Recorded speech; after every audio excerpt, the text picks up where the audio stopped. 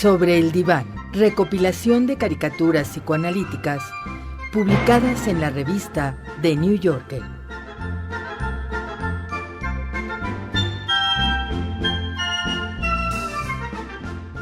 Todo chiste, en el fondo, encubre una verdad.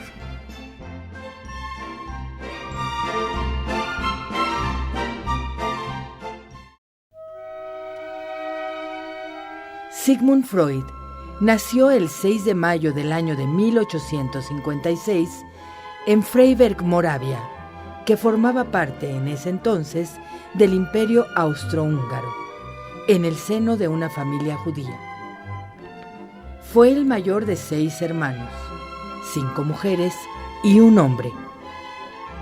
En el año de 1860, cuando contaba con 3 años de edad, su familia se trasladó a Viena en busca de una mejor calidad de vida. A pesar de las dificultades económicas familiares, cuando contaba con 17 años de edad, sus padres le impulsaron a inscribirse en la Universidad de Viena como estudiante de medicina en un ambiente de creciente antisemitismo. En el año de 1882 se graduó en medicina e ingresó al Hospital General de Viena, donde se especializó en neuropatología. Al regreso de un viaje de estudios a París, poco antes de casarse, inauguró una clínica privada especializada en desórdenes nerviosos, con el fin de tratar la histeria y la neurosis, utilizando la hipnosis y el método catártico. Posteriormente, cambió este método por el de la asociación libre.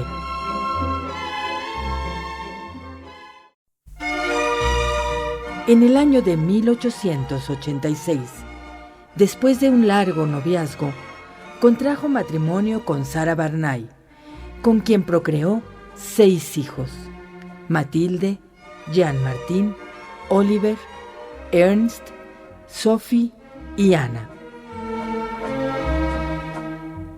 En el año de 1899, publicó su obra más importante, La interpretación de los sueños, con la que inició una nueva disciplina y un modo diferente de entender al ser humano, el psicoanálisis.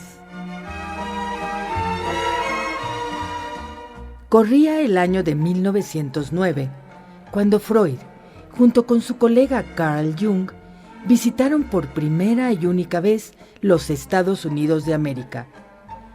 Freud pensó que lo recibirían con el mismo rechazo que causaban sus teorías en Europa. Sin embargo, para su sorpresa, fue admitido con respeto y admiración en los círculos profesionales de psicólogos en un continente que él había calificado como puritano y contrario a sus ideas revolucionarias. A su regreso, fundó la Asociación Internacional de Psicoanálisis, encabezada por su colega Carl Jung, en la ciudad de Nuremberg.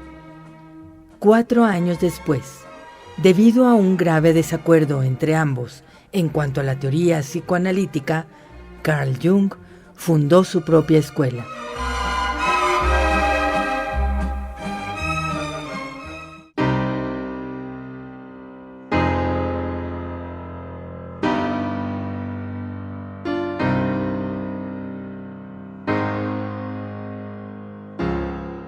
En el año de 1938, tras la anexión de Austria por parte de la Alemania nazi, Freud, en su condición de judío y fundador de la escuela psicoanalítica, fue considerado enemigo del Tercer Reich.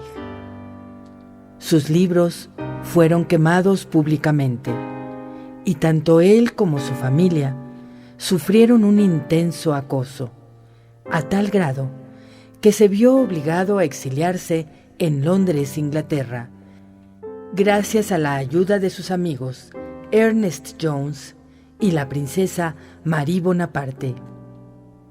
Al momento de salir de Viena, se le obligó a firmar una declaración donde aseguraba que había sido tratado con respeto por el régimen nazi.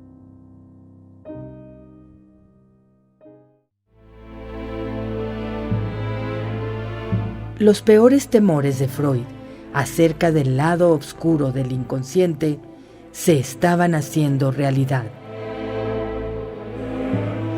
¿Cuánto estamos progresando?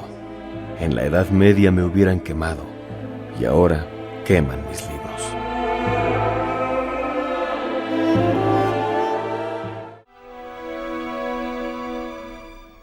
En el año de 1923, Sigmund Freud fue diagnosticado con cáncer en la mandíbula, por lo que tuvo que ser sometido a varias operaciones hasta su muerte en Londres en 1939.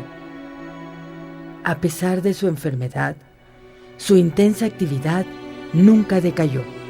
Sus contribuciones al diagnóstico del estado de la cultura datan de estos años, con obras como El porvenir de la ilusión, Moisés y el monoteísmo y El malestar en la cultura, en el que plasmaba la guerra psicológica entre la cultura y el barbarismo y analizaba cómo el hombre animal se había organizado en grupos políticos extremos que destruirían al mundo.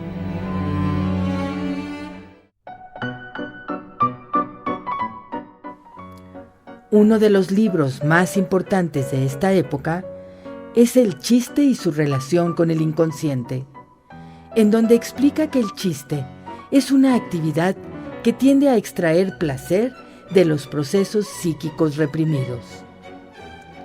Hacia el año de 1927, la revista The New Yorker comenzó a publicar caricaturas relacionadas con las teorías de Freud.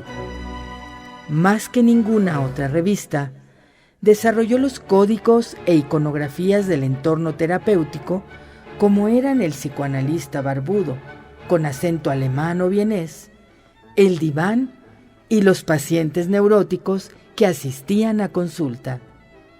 A partir de entonces, y hasta principios de los años 70, se publicaron más de 400 caricaturas sobre el tema.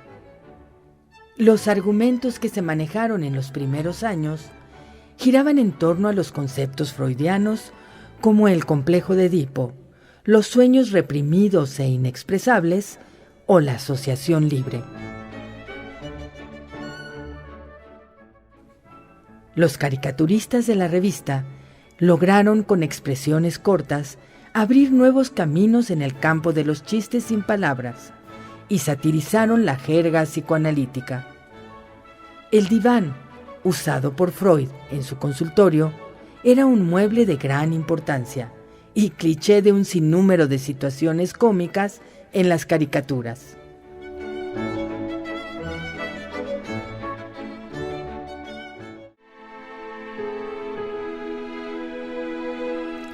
La omnipresencia de la terapia de Freud como fenómeno cultural fue característica de la época de oro del psicoanálisis posterior a la Segunda Guerra Mundial. Autores como André Breton, Luis Buñuel, Salvador Dalí o Alfred Hitchcock tienen una clara influencia freudiana. A pesar de los desafíos a los que sus ideas han tenido que someterse, Sigmund Freud sigue siendo una de las figuras más influyentes del pensamiento contemporáneo. La importancia primordial del psicoanálisis reside en su condición de instrumento para la investigación de los factores determinantes en el pensamiento y el comportamiento del ser humano.